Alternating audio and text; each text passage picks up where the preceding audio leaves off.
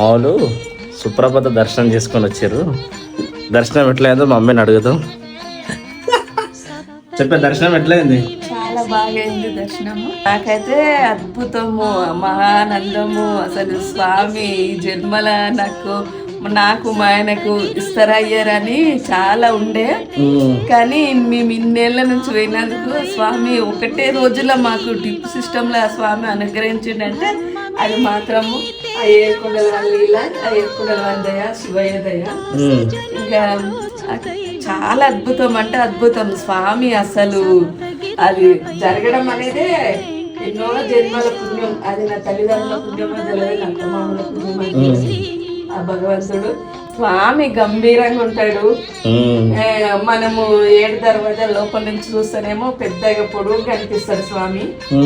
ఇంకా లోపల పోయి చూస్తేనేమో చిన్నగా ఉంటాడు స్వామి, వెడల్పుగా ఉంటాడు.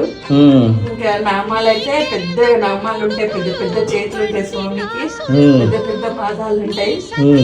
స్వామిని వర్ణించడానికి అసలు ఎవరు తారే కాదు కూడా. అది చూస్తేనే అనుభూతి పొందుతేనే అది మనకు అర్థమవుతుంది. ఇంకా అక్కడ నుంచి కాళహస్తి వచ్చినాము. ఇంకా మళ్ళా కాదే అట్లాంటి దర్శనం అవుతుంది. స్వామి ఇస్తాడని నమ్మకం నాకుంది. మాలకు మంచి దర్శనం వెంకటేశ్వర దగ్గర నుంచి చూసారు. మా మమ్మీ ఫుల్ పిస్తుంది. సరే, ఓం నమో వెంకటేశాయ. అది మా